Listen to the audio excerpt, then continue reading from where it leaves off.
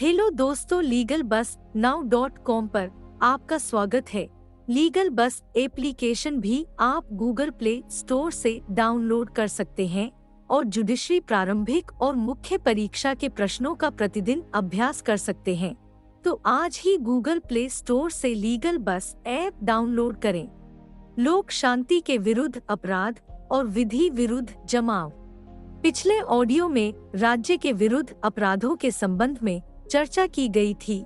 इस ऑडियो में लोक शांति के विरुद्ध अपराधों के संबंध में सारगर्भित चर्चा की जा रही है तथा विशेष प्रावधानों का उल्लेख किया जा रहा है। किसी भी राष्ट्र के लिए शांति आवश्यक होती है। मनुष्य का विकास शांति के होते हुए ही संभव है। यदि किसी समाज में शांति नहीं है तो समाज का विकास संभव ही नहीं है। राष्ट्र की प्रगति के लिए शांति अति आवश्यक होती है। भारत विविधताओं से भरा हुआ राष्ट्र है। यहाँ विभिन्न प्रकार की संस्कृतियाँ और समाज एक साथ रहते हैं। भारत के विद्वानों ने भारत में अनेकता में एकता की बात को स्वीकार किया है। भारत का संविधान भी इसी अनेकता में एकता के सिद्धांत पर आधारित है। इतनी विविधताओं के बीच में सभी समाजों के बीच सामंजस्य स्थापित करना तथा राष्ट्र को शांत रखकर प्रगति और उन्नति की ओर बढ़ना थोड़ा कठिन है। इस आवश्यकता की पूर्ति के लिए इस प्रकार के कार्यों को अपराध घोषित किया जाना था जो राष्ट्र और समाज की शांति के लिए नासूर होते हैं। समाज की शांति के लिए, राष्ट्र की शांति के लिए तथा व्यक्तियों को भयमुक्त वातावरण में जीने के लिए लोक शांति के विरुद्ध अपराधों का प्रावधान किया जाना भारतीय दंड संहिता के अंतर्गत नितांत आवश्यक था। भारतीय दंड संहिता 1860 के अध्याय 8 के अंतर्गत लोक शांति के विरुद्ध अपराधों के संबंध में प्रावधान किए गए हैं। आज के परिवेश में जहां राजनीतिक विचारों की विभिन्नता है और संचार के माध्यम अत्यंत सरल और सुगम है, ऐसी स्थिति में लोक शांति के विरुद्ध अपराधों के संबंध में कड़े प्रावधान और अधिक आवश्यक हैं। लोक शांति के विरुद्ध अपराध। राज्य के प्रति शांति व्यक्ति के प्रति शांति से अधिक गंभीर होती है, फिर भी उसका उतना ही महत्व है जितना कि राज्य के प्रति शांति का महत्व है। व्यक्ति राज्य की एक इकाई है। व्यक्तियों से मिलकर ही कोई राज्य बनता है और व्यक्ति के कल्याण पर ही राज्य का कल्याण और विकास निर्भर करता है। एक कल्याणकारी और लोकतांत्रिक राज्य के लिए यह अपेक्षित है कि वह अपने प्रत्येक नागरिक के हितों की रक्षा करें एवं उसकी सुख सुविधा का ध्यान रखें। यदि कोई भी व्यक्ति ऐसा कोई कार्य करता है जिससे लोक शांति भंग होती है या भंग होने की संभावना पैदा होती है तो उसे दंडित किया जाकर ऐसी अशांति का दमन किया जाना आवश्यक है। भारतीय दंड संहिता के अध्याय 8 की धारा 141 से लेकर धारा 160 तक लोक शांति से संबंधित अपराधों के संबंध में प्रावधान किए गए हैं। इन सभी धाराओं में लोक शांति से जुड़े हुए अपराध तथा उन अपराधों के लिए दंड की व्यवस्था कर दी गई है। वर्तमान परिवेश में भारतीय दंड संहिता के इस अध्याय की जानकारी होना आम जनमानस के लिए अति आवश्यक है, क्योंकि यदि आम जनमानस को इस प्रकार की जानकारी होगी कि जो कार्य वह कर रहा है क्या वह अपराध है, जिस प्रकार का विधि विरुद्ध जमाव उसके द्वारा फैलाया जा रहा है क्या वह अपराध है, तो वह स्वयं को इस अपराध से दूर रखने के प्रयास करेगा। अनेक अपराध केवल इसलिए कारित हो जाते हैं क्योंकि आम जन साधारण को इस बात का ज्ञान नहीं होता कि जो कार्य वह कर रहा है राज्य द्वारा उस कार्य को अपराध घोषित किया गया है। अनेकों छोटे छोटे कार्य हैं जिन्हें व्यक्तियों द्वारा कर दिया जाता है, परंतु व्यक्तियों को उनकी जानकारी नहीं होती। उनके द्वारा किए गए वह कार्य राज्य द्वारा अपराध घोषित किए गए। दंड संहिता के इस अध्याय के अंतर्गत लोक शांति के विरुद्ध किए जाने वाले अपराधों को मुख्य रूप से 4 भागों में विभाजित किया जा सकता है। हालांकि अध्याय में कोई इस प्रकार का विभाजन नहीं किया गया है, परंतु लेखक द्वारा इस अध्याय पर विचार करते हुए उसे 4 भागों में विभाजित करने का प्रयास किया गया है। इस अध्याय का अध्ययन करने के उपरांत सभी धाराओं से यह 4 प्रकार के अपराध निकल कर आते हैं, जिनका उल्लेख लोक शांति के विरुद्ध अपराधों के संबंध में किया गया है। 1. विधि विरुद्ध जमाव। 2. वर्गों में शत्रुता को बढ़ावा देना। लेखक द्वारा इस ऑडियो में विधि विरुद्ध जमाव के संबंध में चर्चा की जा रही है, क्योंकि विधि विरुद्ध जमाव का विषय थोड़ा विस्तृत विषय है। इसके अगले ऑडियो में विशेष रूप से बलवा और दंगा के संबंध में चर्चा की जाएगी। विधि विरुद्ध जमाव। भारतीय दंड संहिता 1860 की धारा 141 के अंतर्गत विधि विरुद्ध जमाव की परिभाषा प्रस्तुत की गई है। इस धारा के अनुसार 5 या अधिक व्यक्तियों का जमाव विधि विरुद्ध जमाव कहा जाता है, यदि उन व्यक्तियों का जिनसे वह जमाव गठित हुआ है सामान्य उद्देश्य पहला केंद्र सरकार को या किसी राज्य सरकार को, संसद को या किसी राज्य के विधान मंडल को या किसी लोक सेवक को, जबकि वह ऐसे लोक सेवक की विधि पूर्ण शक्ति का प्रयोग कर रहा हो, आपराधिक बल द्वारा या आपराधिक बल के प्रदर्शन द्वारा आतंकित करना, अथवा दूसरा किसी विधि के या किसी वैध आदेशिका के निष्पादन का प्रतिरोध करना। चौथा, किसी व्यक्ति पर आपराधिक बल द्वारा या आपराधिक बल के प्रदर्शन द्वारा किसी संपत्ति का कब्जा लेना, यह भी प्राप्त करना।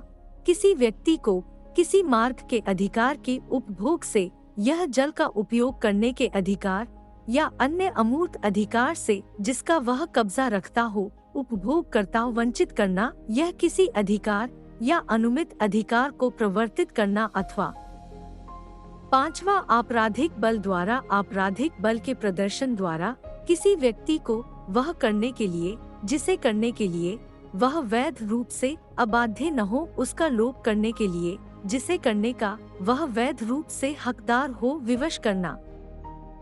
स्पष्टीकरण, कोई जमाव जो इकट्ठा होते समय विधि विरुद्ध नहीं था, बाद में विधि विरुद्ध जमाव हो सकेगा। यह भारतीय दंड संहिता की धारा 141 के अंतर्गत विधि विरुद्ध जमाव की विस्तृत परिभाषा थी। भारतीय वैधानिक व्यवस्था संपूर्ण रूप से विधि द्वारा शासित है। कोई भी कार्य वैधानिक स्तर पर किया जाएगा। यदि व्यक्ति राज्य द्वारा बनाई गई किसी विधि से संतुष्ट नहीं है तथा उसका यह अनुमान है कि राज्य द्वारा बनाई गई कोई विधि उसके किसी अधिकार का अतिक्रमण करती है, तो इस प्रकार के अतिक्रमण के लिए भारत के संविधान ने उस व्यक्ति को न्यायालय का रास्ता दिया है। उस व्यक्ति को न्यायालय जाना होगा और न्यायालय जाकर अपने अधिकारों के संबंध में गुहार करनी होगी। कोई व्यक्ति किसी प्रदर्शन के माध्यम से तथा ऐसे प्रदर्शन के माध्यम से जिसमें आपराधिक अत्याचार तथा रिष्टि हो और व्यक्तियों के अधिकारों से उन्हें वंचित किया जा रहा हो, जैसे कि किसी सड़क को रोक दिया गया हो, किसी नदी के पानी को रोक दिया गया हो, यदि प्रदर्शन भी होगा तो उस प्रदर्शन से किसी के अधिकारों का अतिक्रमण नहीं होना चाहिए। ऐसा नहीं होना चाहिए जो किसी मार्ग को बंद कर दे। भारतीय दंड संहिता द्वारा प्रयास यह किया गया है कि किसी भी प्रकार से व्यक्तियों द्वारा कोई प्रदर्शन इत्यादि नहीं होना चाहिए था। व्यक्ति यदि राज्य के किसी कार्य से संतुष्ट नहीं है तो उसे न्यायालय की सहायता लेनी चाहिए। भारत का संविधान मानव अधिकारों, मानवीय गरिमा, प्रतिष्ठा पर आधारित है तथा संविधान के आधारभूत ढांचे में राज्य द्वारा भी कोई परिवर्तन नहीं किए जा सकते हैं। व्यक्तियों को प्राप्त मानव अधिकार उनके नैसर्गिक अधिकार हैं। कोई भी राज्य उनके इन नैसर्गिक अधिकारों में किसी प्रकार का कोई परिवर्तन नहीं कर सकता है। क्योंकि संविधान द्वारा प्राप्त नैसर्गिक अधिकार संविधान का आधारभूत ढांचा है तथा उच्चतम न्यायालय ने केशवानंद भारती के मामले में संविधान के आधारभूत ढांचे में किसी प्रकार के किसी संशोधन को स्वीकार नहीं किया है। राज्य यदि संविधान का संशोधन भी करता है तो संशोधन उसी स्तर तक किया जा सकता है जिस स्तर तक संविधान के आधारभूत ढांचे में किसी प्रकार की कोई छेड़छाड़ नहीं हो। दंड संहिता की धारा 141 विधि विरुद्ध जमाव में 5 व्यक्तियों तक का उल्लेख करती है। यदि विधि विरुद्ध जमाव में 5 से अधिक व्यक्ति हैं, तो उसे विधि विरुद्ध जमाव माना जाएगा। इस प्रकार के 5 या 5 से अधिक व्यक्तियों द्वारा सामान्य उद्देश्य से आपराधिक बल या हिंसा के प्रदर्शन द्वारा केंद्रीय राज्य सरकार को संसदीय राज्य के विधान मंडल को अपनी विधिपूर्ण शक्तियों का प्रयोग करते हुए किसी लोक सेवक को आतंकित करने वाला और किसी विधि के या विधि प्रक्रिया के निष्पादन का प्रतिरोध करना और कोई रिष्टि या आपराधिक अतिचार अन्य अपराध कार्य करना और किसी व्यक्ति के विरुद्ध आपराधिक बल या प्रदर्शन द्वारा किसी संपत्ति पर अधिपत्य कर लेना या किसी व्यक्ति को किसी मार्ग के अधिकार से जल के उपयोग के अधिकार से या किसी अन्य अमूर्त अधिकार से जिसका कि वह अधिकार रखता हो वंचित कर देना। किसी व्यक्ति को ऐसा कोई कार्य करने के लिए बाध्य करना जिसको कि करने के लिए वह बाध्य नहीं है या ऐसे किसी कार्य लोप के लिए बाध्य करना जिसको कि करने के लिए वह वैध रूप से अधिकृत है। यह सभी काम भारतीय दंड संहिता की धारा 141 के अंतर्गत विधि विरुद्ध जमाव होता है। शिवाजी सिंह बनाम स्टेट ऑफ बिहार AIR 2009 उच्चतम न्यायालय 417 के प्रकरण में यह निर्धारित किया गया है कि कोई जमाव आरंभ में विधि पूर्ण जमा हो सकता है, लेकिन वही बाद में विधि विरुद्ध जमाव बन सकता है। विधि विरुद्ध जमाव की उपयुक्त परिभाषा से इसके निम्नलिखित आवश्यक तत्व स्पष्ट होते हैं। 5 या 5 से अधिक व्यक्तियों का होना। विधि विरुद्ध जमाव में 5 या 5 से अधिक व्यक्तियों का होना आवश्यक है, अर्थात अपराध कारित किए जाने के पूर्व एक सामान्य उद्देश्य रखते हुए 4 से अधिक व्यक्तियों का होना विधि विरुद्ध जमाव के लिए अपेक्षित है। जहां 7 व्यक्तियों से गठित विधि विरुद्ध जमाव के 4 सदस्यों को दोष मुक्त घोषित कर दिया जाता है, वहां शेष 3 को विधि विरुद्ध जमाव के सदस्य के रूप में बलवा के लिए दोष सिद्ध नहीं किया जा सकता। यह बात मोतीराम 1960 मुंबई के प्रकरण में कही गई है तथा उससे बाद यह बात करतार सिंह AIR 1961 उच्चतम न्यायालय के प्रकरण में भी कही गई थी। अर्थात विधि विरुद्ध जमाव के लिए सभी व्यक्तियों को एक साथ दोषी घोषित किया जाएगा। विधि विरुद्ध जमाव से यह नहीं हो सकता कि किसी एक व्यक्ति को दोषी करार दे दिया जाए तथा अन्य व्यक्तियों को दोष मुक्त कर दिया जाए, क्योंकि इस प्रकार की विधि विरुद्ध जमाव में सभी व्यक्तियों का सामान्य उद्देश्य होता है। सामान्य उद्देश्य होना। विधि विरुद्ध जमाव के लिए उसके सभी सदस्यों का किसी कार्य को करने का सामान्य उद्देश्य कॉमन ऑब्जेक्ट का होना चाहिए। समान उद्देश्य इस अपराध का सार है। इस धारा का अध्ययन करने के बाद सामान्य उद्देश्य की महत्ता का ज्ञान होता है। कोई भी जमाव हो तभी विधि विरुद्ध हो सकता है जब उसके सदस्यों का उद्देश्य सामान्य हो, अर्थात एक ही जैसा उद्देश्य हो। किसी सभा अथवा जमाव में उपस्थित रहने मात्र से कोई व्यक्ति अवैध सभा का सदस्य नहीं हो जाता है, जब तक कि उसने एक सामान्य उद्देश्य के अनुसरण में कोई कार्य या लोप नहीं किया हो। आपराधिक बल या प्रदर्शन द्वारा कोई कार्य किया जाना। विधि विरुद्ध जमाव के लिए तीसरा आवश्यक महत्वपूर्ण तत्व है आपराधिक बल या प्रदर्शन द्वारा कोई कार्य किया जाना। इस प्रकार प्रदर्शन आपराधिक बल द्वारा होता है, अर्थात जैसे किसी मार्ग को रोक देना, किसी नदी का जल रोक देना, आपराधिक अत्याचार के माध्यम से किसी संपत्ति को नुकसान पहुंचाना, दृष्टि के माध्यम से किसी संपत्ति को नुकसान पहुंचाना, किसी व्यक्ति के ऐसे अधिकार का अतिक्रमण कर देना जो अधिकार उसे प्राप्त है। जैसे कि जिस स्थान पर विधि विरुद्ध जमाव हो रहा है उसके आसपास के लोगों को शांति का अधिकार है, राज्य द्वारा उन्हें शांति का अधिकार दिया गया है तथा राज्य का यह कर्तव्य है कि उस जगह के व्यक्तियों को शांति के साथ रहने दिया जाए और इस प्रकार का विधि विरुद्ध जमाव उनके शांति के अधिकार का अतिक्रमण कर रहा है, क्योंकि प्रदर्शन इत्यादि में अभद्र भाषा का प्रयोग किया जा रहा है, बुरे नारे लगाए जा रहे हैं, नैतिकता को तार-तार कर दिया जा रहा है।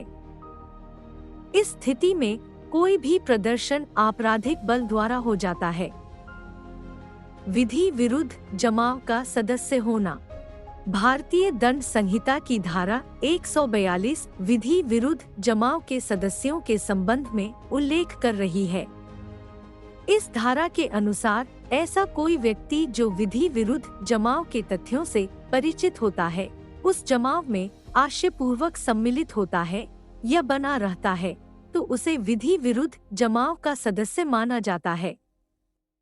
जहां 5 व्यक्ति किसी रास्ते एक और मृतक की प्रतीक्षा में छिपे हुए हैं, वह मृतक के घटना स्थल के पास आने पर अभियुक्त क्रमांक 4, 5 प्रलोभन अभियुक्त क्रमांक 1, 2, 3 ने उस पर बंदूक और पिस्तौल चलाई हो, वहां उपर्युक्त अभियुक्त विधि विरुद्ध जमाव के सदस्य माने जाएंगे।